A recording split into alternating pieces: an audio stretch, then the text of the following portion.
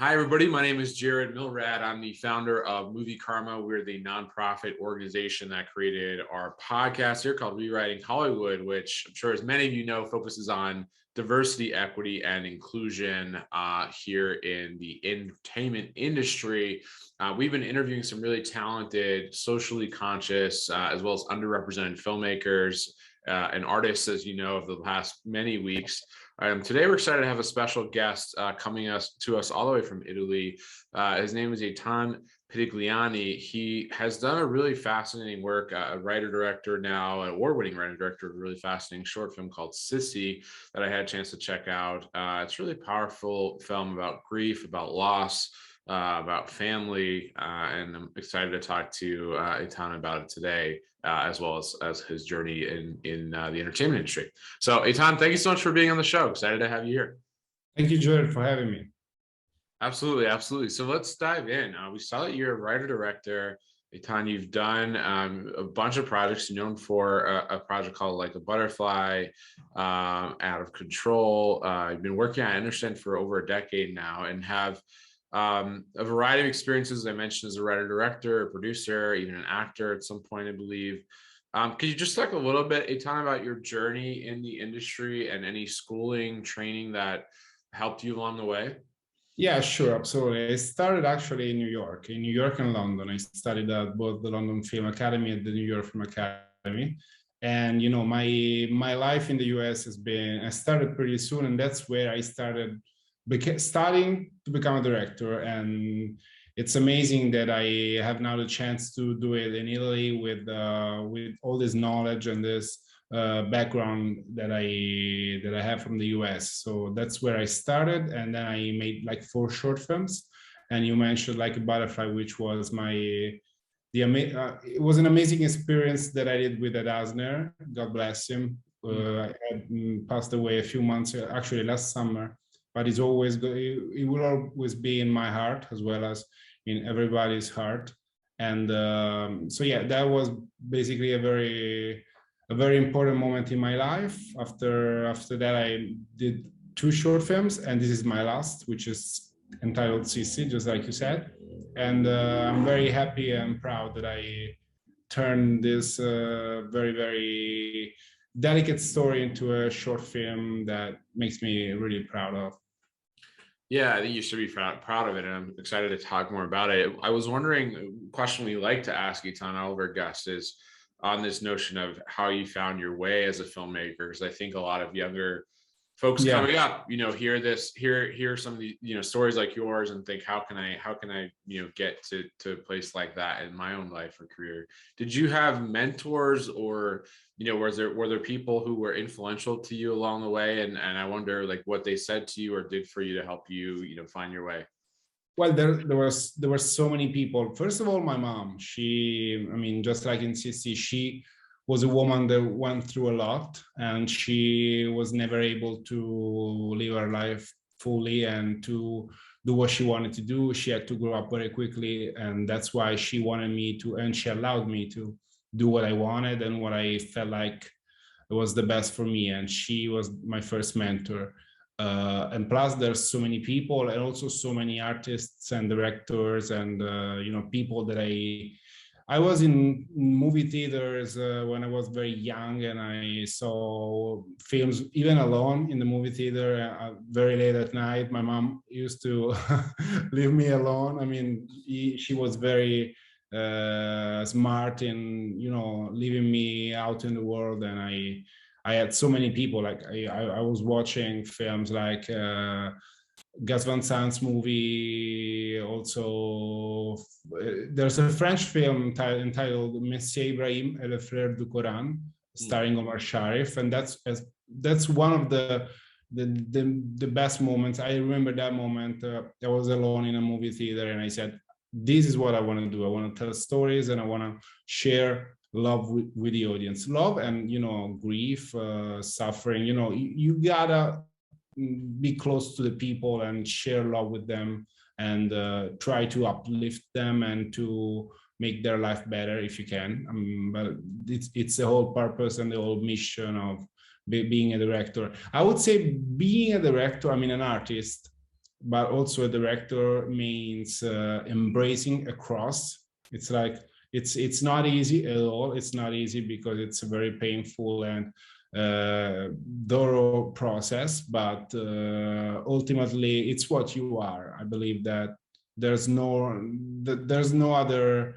You cannot be anything different. If you were born this way, it's really hard to do something else. And the most important thing in life is to become better people through art, to give and share love with and to the other people, and to get ready for the final day. Because I mean, when we get to the final day, we want to have done something for us and for the other people, and also we want to think that there's another world. And if we don't create and make good art, I think we wouldn't be as rich as we are when we make films and art in general. So I would say it's the way you were born.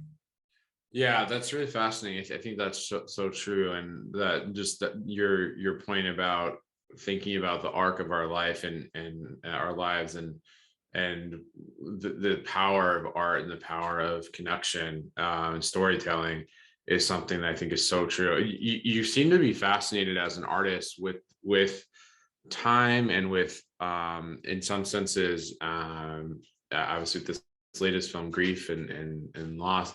I saw with your film you talked about a little bit today, Like a Butterfly, with Ed Asner, he said, who passed away unfortunately, told the story of a young actor who in the worst moments of his life bumps into an old Hollywood star who sort of gives him some lessons and understands that some of the maybe the meanings of life.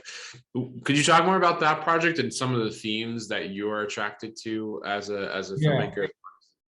Yeah, I'm so in love with Like a Butterfly, and the whole project was amazing because Ed, he was on board since the very first moment he read the script, and he's such a great guy. I mean, he's always going to be in my heart, and he's such an amazing person, and he allowed me to become a better director, because directing him was something very powerful, but also he was always looking and seeking for what I wanted in that precise moment of the story. And he gave so much power and so much emotion to the story I wanted to tell. And that's basically the story of a young guy that bumps into an old Hollywood star, and from that moment on he discovers that he's sick, but at the same time he finds out that he didn't understand anything about life. And he, just like the main character in Sissy, he wasn't able to see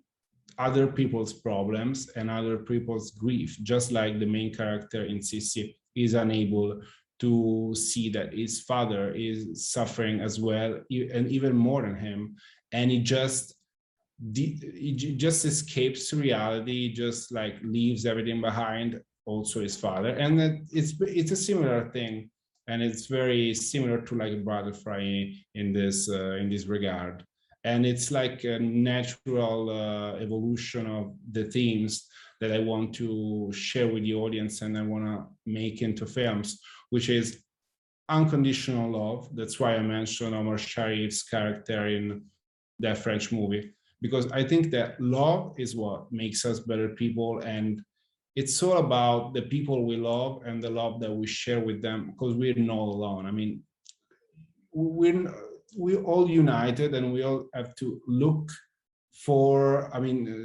out for the other people, and also take care of them and share love, especially in a moment, of the pandemics like this one, and also other crazy things going on in the world. I think that people are the answer, and if we love each other, that's the main thing for me. And through time, you said, yeah, I like to develop, to have a story that builds through time, goes back and forth in time. That's why I love so much movies, just like, for example, Nocturnal Animals, that they go back and forth in time. And I think that being a director and a storyteller is also something that allows you to picture a moment and go back and forth in time and have people understand what their past meant for their future, and what their future and how their future was basically written thanks to the experience they had before. So life is not easy at all. I mean, the present is like the product of the past, but it's also gonna take us to the future. And there's no way we can get away from that and with that. So it's kind of tricky. And art and films are very, very important for me to understand what's going on in our life and inside us, because we cannot lie to ourselves. So we can lie to other people. We're always lying because we have to protect ourselves under a shield, under a rock shell. We're not rock solid at all.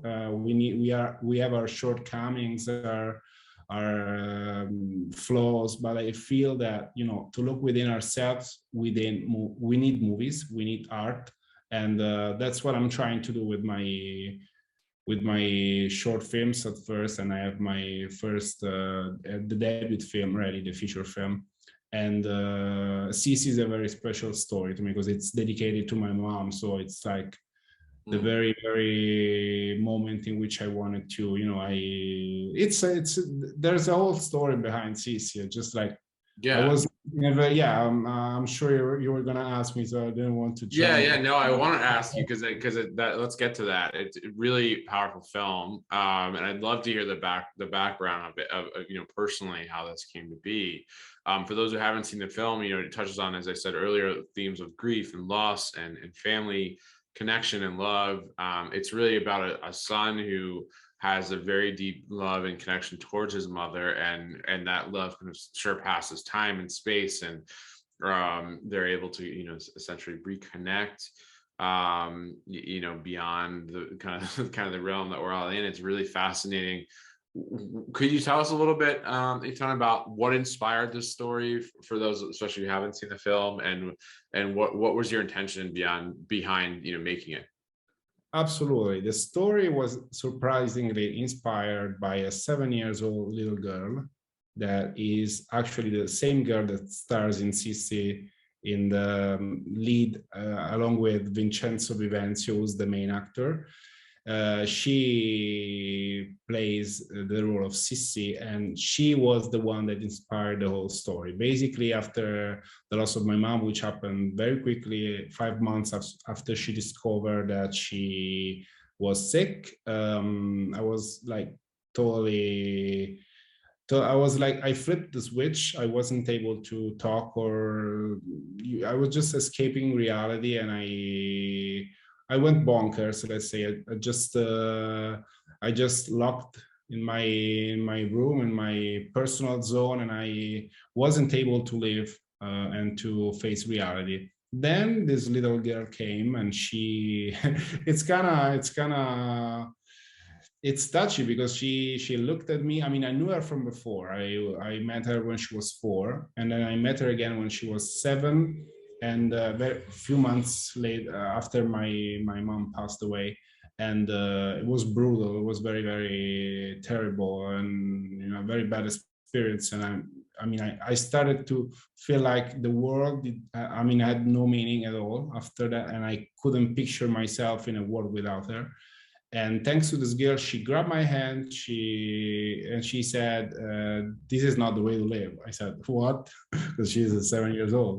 And she said, "You gotta, literally, you have to pull your shit together." Because things, it's not what she said. You gotta pull your shit together, and you gotta wake up and rise up, because, you know, you gotta live your life. She didn't know anything. She just looked me in the eye, and probably she heard from other people what I was going through, and she wanted me to start living again. And after that, I just dreamt about my mom. And actually, the heart of the film is not just grief, but it's a process that starts from grieving, but ends in seeing our dearests in another shape. Under another shape.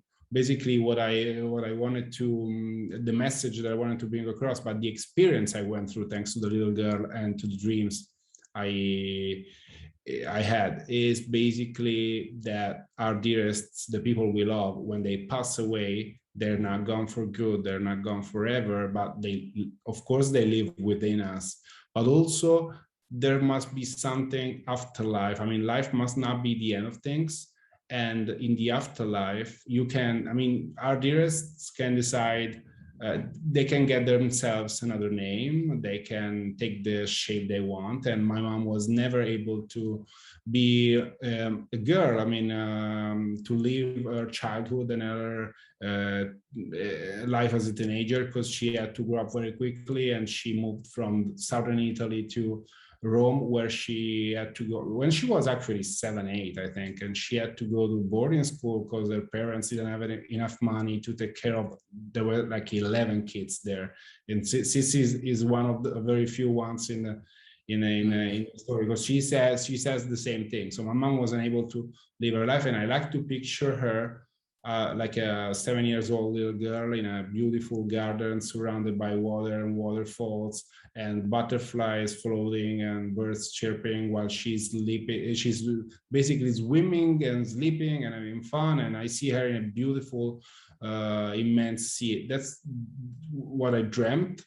And that's thanks to this little girl. And I believe that we need that for our life to be, I mean, to hope there's something afterwards, but also it's something that our loved ones, they need that, because sometimes, I mean, most of the times, especially during COVID, because I can't believe, thinking of my mom in this crazy time, but you know, she wasn't like, she was like right before COVID started. I can't believe, I mean, I cannot see how she could have coped with that.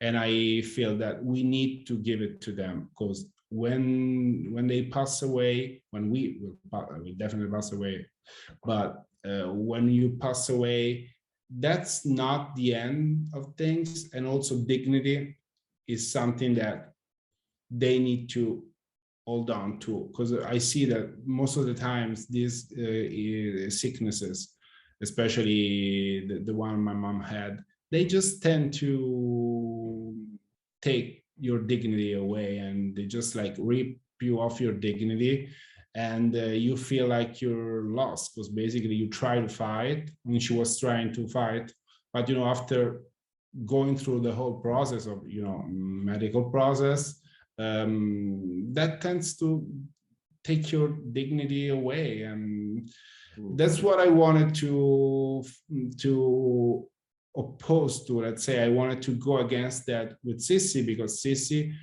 is a story about someone you love that finds the time of her life and her happiness in another dimension, and comes back only to save her son from the rabbit hole is fallen into. And then she says, I want to go back to the other world because I'm having fun there. I mean, I'm sorry for you guys are poor, because you cannot experience that freedom and that beauty and that peace that I'm having there. So I want to be hopeful, because we cannot just live off COVID or sicknesses or illnesses or war.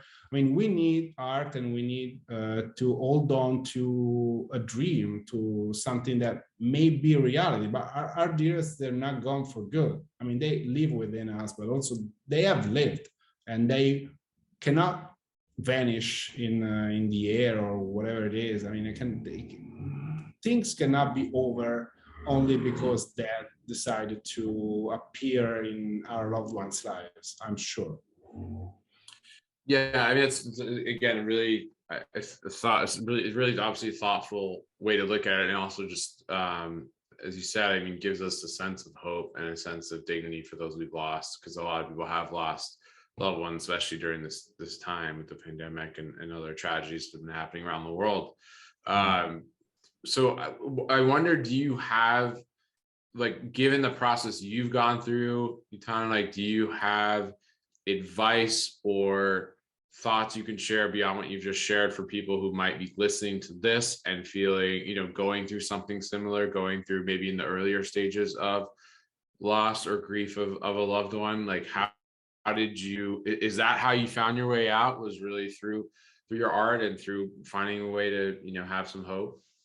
Yeah, it was thanks to this little girl. I'm sure there's many, many different signs that God can send. She was a godsend also because she said a few sentences that only my mom used to say. And when I heard her saying these things, I asked her mom, and we investigated for like 2 days, and there was no way that she could have heard those expressions from anybody. So it was like a godsend, and I was like freaking out. But I believe that we all have people that love us. Sometimes it's hard to see and to embrace other people's love, and we just tend to escape from reality and to lock in our head and in our mind. And sometimes it's good to be open and to unchain our art. And I think that that's basically the most important thing. And what I wanted to do with this film was that I was grieving so much that I wasn't able to talk to other people. And I wanted to transform this and to transfer this into a movie and turn it into a movie. And that's why basically the main character is a guy that chooses to live among the homeless on the street. And that's what I used to do before my mom passed away. And what I actually started doing again, because I've lived in LA as well. I mean, I've lived for some time in New York, but mostly in Los Angeles and Rome. And actually, I always used to hang out with these people, and they're so amazing, so fascinating.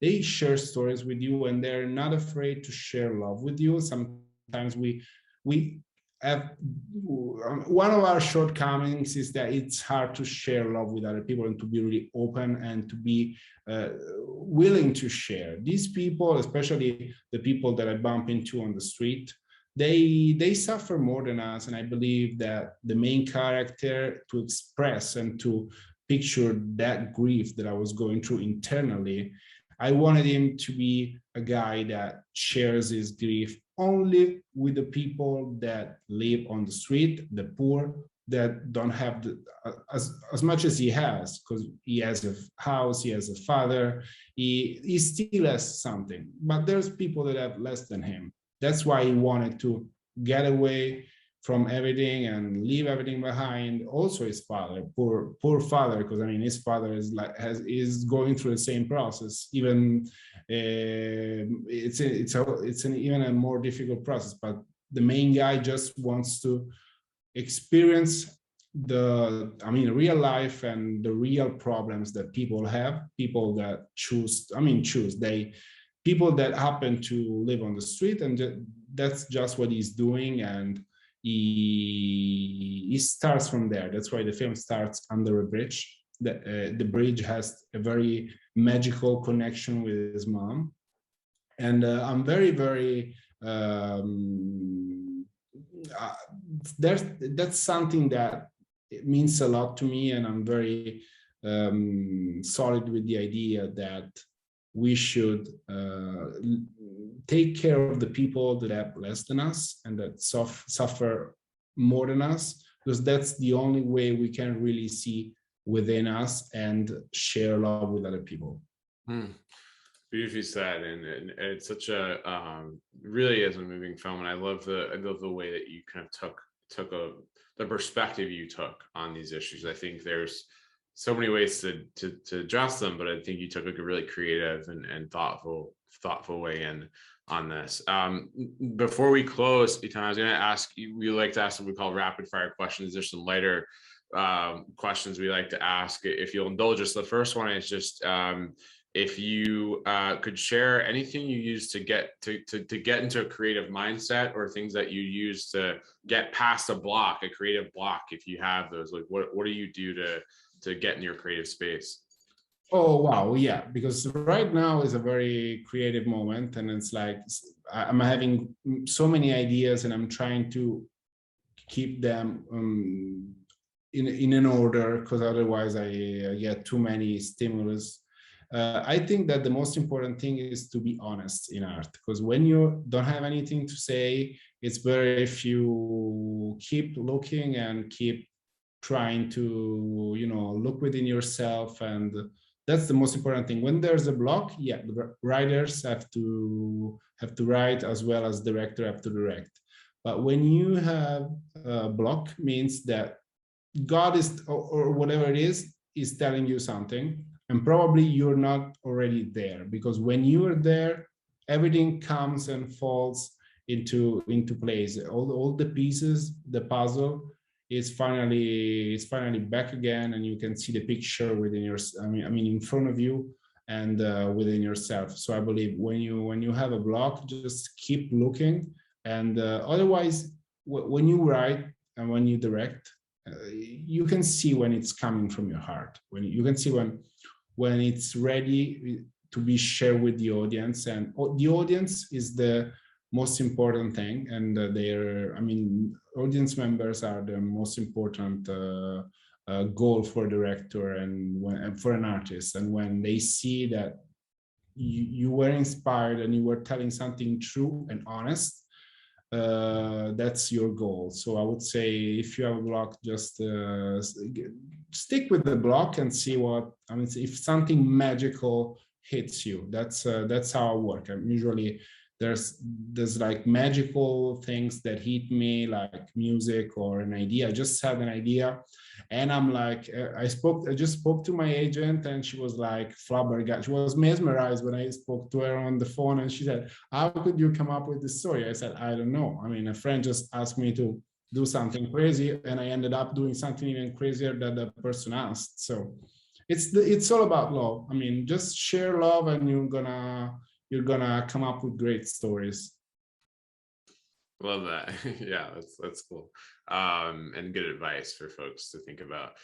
The last question I had for you is this film was in part about growing up. At least in part about childhood and kind of the adventurousness of that time and the challenges of that time. Could you talk a little bit about advice that you might give yourself growing up, if you could go back in time to the younger you, as a child or a young person? What advice would you tell yourself? Oh wow, that's a very tough question. I would say probably life has its own process, and life lives by itself.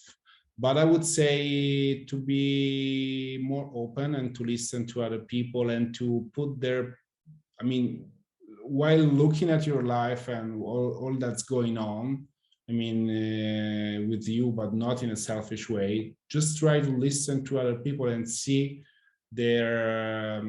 mostly their suffering. Because when people around you suffer, or when they hide something, just don't judge people. Try to connect with people without prejudice, and they may give you or teach you, or you may grasp something that you couldn't imagine if you were prejudiced. So I would say just that's the most important part of the journey, to share with other people. I said share love, but also look into their life and see if they actually need something. Because most of the time we are like, we want something from other people, and we cannot see that these people have their problems, their shortcomings, and when you connect with them, most of the times you can actually they can actually feel when you're genuine and pure and honest. And that's when you find the right people. Of course, the world is full of different kinds of people, and you need to find the right ones. But going back in time, I would say be more open to the people around me, and that would be the most important thing for a human being, to be close to the others. Yeah, again, I agree, and I think we really do have life is precious in that sense, and I think the importance of yeah. And I'm very happy to be able to share the story. SISSY with the audience in Cleveland. We started there, and these people in Cleveland are so amazing. It's a beautiful festival run by wonderful people, and I cannot wait to share the film with their audience and see how they respond to it. That's something magical, really. Yeah, well, congratulations on that and on the film. It's, again, a beautiful film. I hope folks will have a chance to see it in Cleveland and other festivals and beyond. Again, the film is SISSY. Our guest today was Eitan Pitigliani. He's the writer-director of this film. It's been award-winning and on the festival circuit globally. And excited to see not only with this project continues to develop and grow and have success, but also your future products as well. Eitan, it was really a pleasure having you on. Thank you so much for being here. Thank you so much for having me, Jared.